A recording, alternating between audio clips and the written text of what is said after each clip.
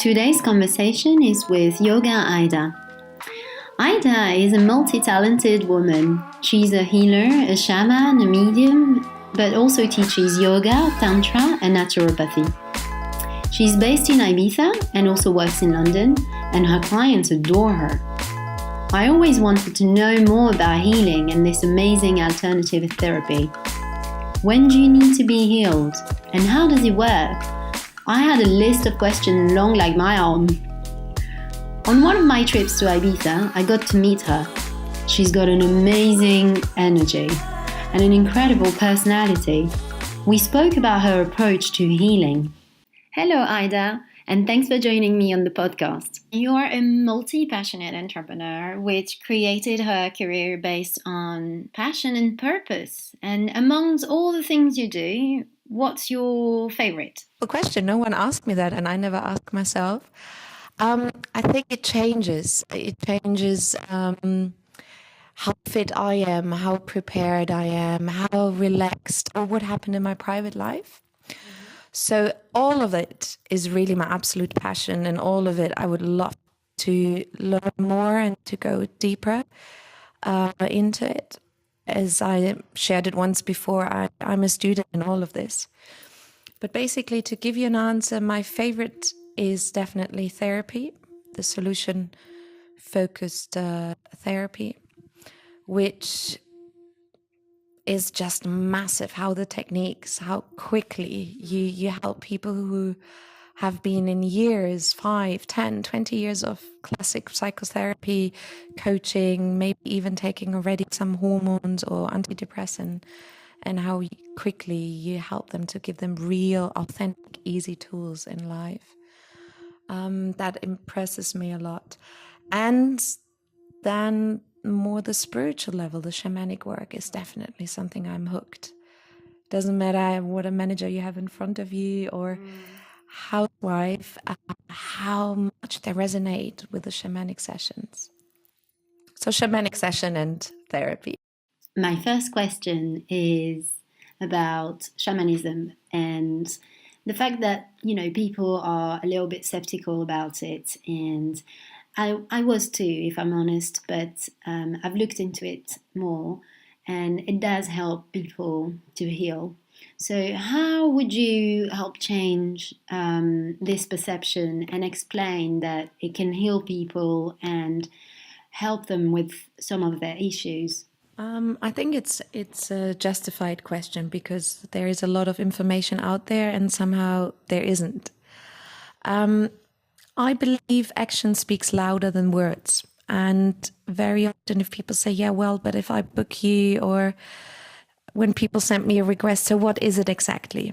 And often those people know me, I just say, just trust me. And the way you're going to feel afterwards is anyway saying everything.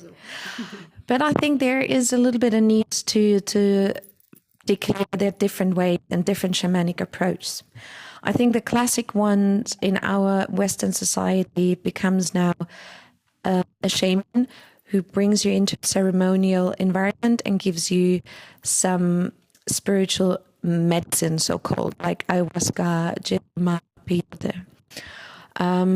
And those circles, they give you the substances, you take it in a very supportive environment. And they say it can be like 10 years psychotherapy in one night. Because what happens is it opens up your pineal gland, it opens up your third eye, and you channel immediately through everything you experience in your past life, in your childhood, and you confront a lot of your own demons, a lot of your own good and negative things. I do believe it is useful for certain people, but not for the mass, because what happens is you can't give a child a Porsche key and say drive this Porsche because it doesn't know how much horsepower the car has. So if you bring someone so quick into your third eye, into your pineal gland, there's maybe the grounding missing and they lose themselves in that illusion, in that bubble. That is my perspective and my experience observing other people, because I know those people come often to me now to get grounding session because the integration is missing after those ceremonies.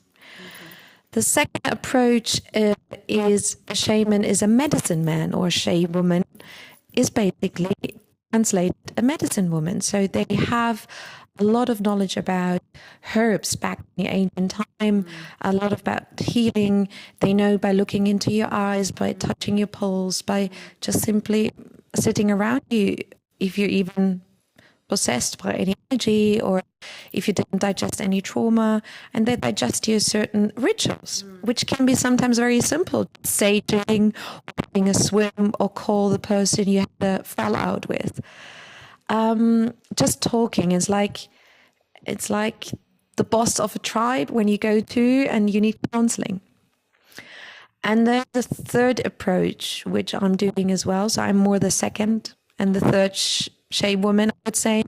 I'm clearing your energy field by not even touching you. So I'm checking where your blockages are. If you captured anything from any wording, any verbal violence, physical violence, if you captured anything from your previous life, which is blocking you right now here.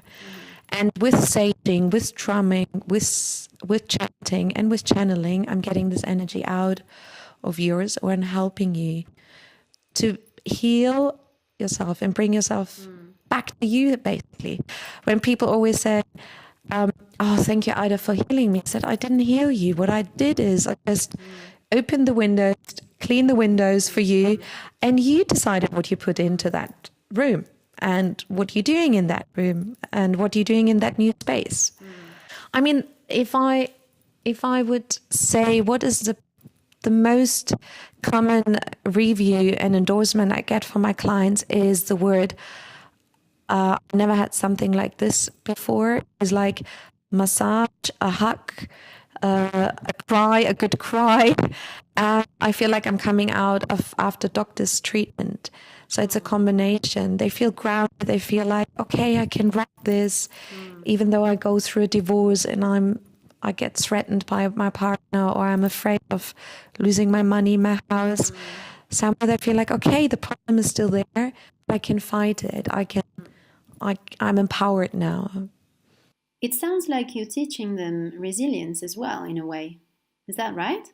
Namah Shivaya Gurave, which means in Sanskrit, I'm honoring and I'm respecting the teacher in you and in me. So what a shamanic session does is basically it's showing you have every tool to heal you, every tool to come out of the trauma, to come out of your post-traumatic stress, to come out of your anxiety, to come out of your panic, of your sleeping problems. Okay. And your body is able to get you out there. Your body is your best friend. Your inner child is your best friend. Absolutely. Our daily life, and because everything gets so fast, we write emails faster because we have now our phones. You can answer email on the toilet. You don't have to put a stamp on it. Everyone expects a WhatsApp response. Everyone can track you down if you have read the WhatsApp message. And there is a beautiful research company in Germany, in Cologne, and they found out, and the owner he launched a book, and he made it very, very clear on the headline of his book. Social media is making people really depressed. And the majority of the time, I would agree. Of course, the one or the other company uses it for PR reasons, and I'm very grateful for that as well. But a lot of problems are caused by this new modern world. People are more jealous, even if they haven't been jealous before. And people can track down their old partners, which winds them up. And there's so many things. People are so hooked up. So I'm actually planning to launch a retreat sooner or later, a fully offline retreat. So no phones allowed, no calls, no emails. People don't know anymore what it means to be silent and to listen to their own teachers, to their own voice. Yeah, that's a very good idea for a retreat. What's a grounding experience that you've mentioned briefly earlier? Well, there are different approaches. Sometimes I have a client, she is he is super sporty, super sporty, and you can tell it's a maker, it's a it's a money maker. It's an absolute rational person, does 5 times a week sport, and it comes to me and says, someone sent me to you and I think you can help me. I didn't digest this trauma. So I'm not unpacking then my drum and say, okay, I'm saging you now and I unpack my feathers and I'm going to do the funny rain dance, because I think that would scare them off. Okay. So what I'm doing with a person like this, I start with very therapeutic, grounding, specialized yoga positions, for example. Then if their body gets soft, if they start to trust me from human being to human being, then I can start to go into a therapy approach to find out where the trauma happened. If I see this client needs a mental approach, so I can heal them by just talking to him and give him really coaching exercises, homework, few adjustments in their life, fine. If I feel this person really has to be connected to the feminine side, more to the emotional side, I help a little bit with a naturopath tools. So I give them maybe stones, Bach flowers, homeopathy to reset them, to enter their energy field in order to ground them. Or there are totally emotional people coming, totally emotionally broke down, crying, maybe about in a direction of a burnout or a tiny depression. For them, I'm starting, for example, with the shamanic session to create the safety net. There's this big, huge hug from Mother Earth to just stabilize them. Because if I would start to talk with them on any psychological level, they would maybe dive deeper into it and then absolutely not able to help herself or himself. How did you learn about people and understanding people, their needs, and tailoring solutions around their issues and being close to them to the point that you can heal them? I think this knowledge about my approach and how to enter people's heart, it doesn't matter if they're a high-end manager, billionaire, or a beautiful housewife, or that is simply life. I think you can't learn it in any course. But coming back to the normal professional certifications, everywhere. So the yoga is a mixture in India, in Germany, and a part of it in Holland and in Ibiza. The psychology started already while I was studying, but the solution-focused therapy is an approach I did afterwards here in Ibiza, because I felt I'm too rebellious and too direct for a classic psychologist. So I never did the last diploma as a psychologist or a proper psychology certification. Then the naturopathy I did between Ibiza and London. Basically, more or less the last 10 years. And everything happened also before. But the channeling is really a gift. Yeah, the shamanism was 2008. Okay. Is it the environment that you were evolving in that influenced your choices? Or what was the thing that triggered you to start working with people and offering therapy? What gave me the confidence was actually my pain, my illness. I knew I have to change something. So again, pain was the best teacher. And 2000, 3 years. So around 2014, I stepped out of a marriage, and I went through some personal journeys, and that gave me really an amazing booster to say, why am I hiding behind my own shadow? And actually, pain was the best encouragement for me. I want to talk a bit about people issues and what they are exactly. Is it just that they want to improve their lives and well-being? Do you see any common issues or common themes amongst the clients you work with? Yes, there are common themes, and I feel the last 2-3 years globally, it seems to be the same one. It doesn't matter if I'm in Bali or if I'm calling someone from Los Angeles or from Hawaii or Ibiza or London. It is definitely the lack of connection, addiction problems. Addiction is rising massively. Anxiety. The word anxiety, panic is I mean, these three are the most common ones. Okay. That someone calls you and really says direct, I'm here with you, I'm on antidepressant, or I'm facing slowly a depression, I want to come off medication, comes always out during a session. It is often the case that people have hidden post-traumatic stress and they are not aware of it because no one tells them the symptoms. But they come mainly through physical pain, drug issues, anxiety. Okay. That's the most wording, yes. Do people know what their issues are in the first place when they come and consult you? Any common themes? Yes, there are common themes, and I feel the last 2-3 years globally, it seems to be the same one. It doesn't matter if I'm in Bali or if I'm calling someone from Los Angeles or from Hawaii or Ibiza or London. It is definitely the lack of connection, addiction problems. Addiction is rising massively. Anxiety. The word anxiety, panic is I mean, these three are the most common ones. Okay.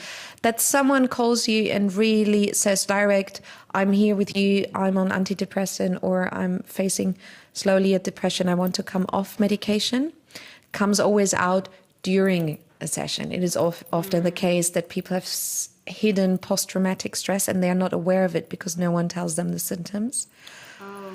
But they come mainly through physical pain, drug issues, anxiety. Okay. That's the most wording, yes. Have you experienced any of these issues? And what kind of advice do you give them? Directly and indirectly, a clear yes. Breaking now, let's say, those three big issues down, starting maybe with the most intense one. Addiction, luckily, I wasn't addicted to any substances in my whole life. I didn't even try any drugs. And my clients do know that. And that's what I love, the acknowledgement. That they still trust me so much, because they could say, excuse me, who on earth are you to tell me? Yeah. But I believe we all addicted to something in our life. And I was addicted to sport. I was addicted to perfectionism. I was addicted to being the diplomat in the family. Those are things I definitely can say, yes, we can talk about an addiction. So it's misleading in our society that addiction is just substance use, someone who takes drugs or medication. And yeah, or compulsive. The tip for this particular experience, and I had people also in my family, and unfortunately also someone dying on drugs in my family. So I do know how it looks, how they're changing with the substances, how any addictive behavior, even if it's gambling or sexuality, how it changes your behavior. And I think the first solution is that I want to say very clear, I'm not fond of a 12-step system, because I believe it's a very religious approach. It was once written from churches, and not that I'm against any religion, I'm a believer. But I think for our normal, rational, modern life, we need more a New Age approach. And the New Age approach is simply compassion. Showing them I'm not judging about them, showing them that they are not monsters, showing them that pain led them to pain. And addiction is nothing else than numbing pain. And numbing a big hole inside you. And showing them with normal human being approach, and again coming back to simple keys, how they can create their own safety net, how they can create their own painkillers in a more, let's say, natural way. Sane. Yeah. Right. So Ayda, you're very spiritual and unique. What do you think makes you different in your approach, in your personality, and your way of healing people? What happens in that spiritual world, and by the way, I would like to explain what spirituality really means, because I have it so often that clients say, Ayda, are you so spiritual? I wish I could be one day like you. And it's like, you are. Spirituality means you're starting your journey within. And that means all confrontation, all learnings, all pain, all fears, all tears. I think I'm not separate. What I'm trying is to get everyone together and show them that they have the power to, with compassion and kindness, to deal everything. I have also clients, they're facing cancer in the end stage. But then my job is to show them that they are not alone, even if they take the last breath, and hopefully show them different approaches to believe maybe in a life afterwards, or to believe in spirits, or start to talk to angels. I think the only thing maybe what makes me different, and that is when I wanted to do the solution focused therapy, is I think I'm too direct, and I keep things direct, honest, and simple. So people do say, I just can say what people say, that I love it that I have authentic tools and authentic tips. And again, because they want to have a quick fix, it gives them a hope that maybe I could help them quicker or different than someone else. And because I'm a Gemini and I'm quite flexible, and so that means if clients call me, I had it the other day and said, I really can't fly out, my babysitter, and can I let you fly in? And I know you're so busy and people need you in London and elsewhere and in Ibiza. And I was like, no, so tell me the date.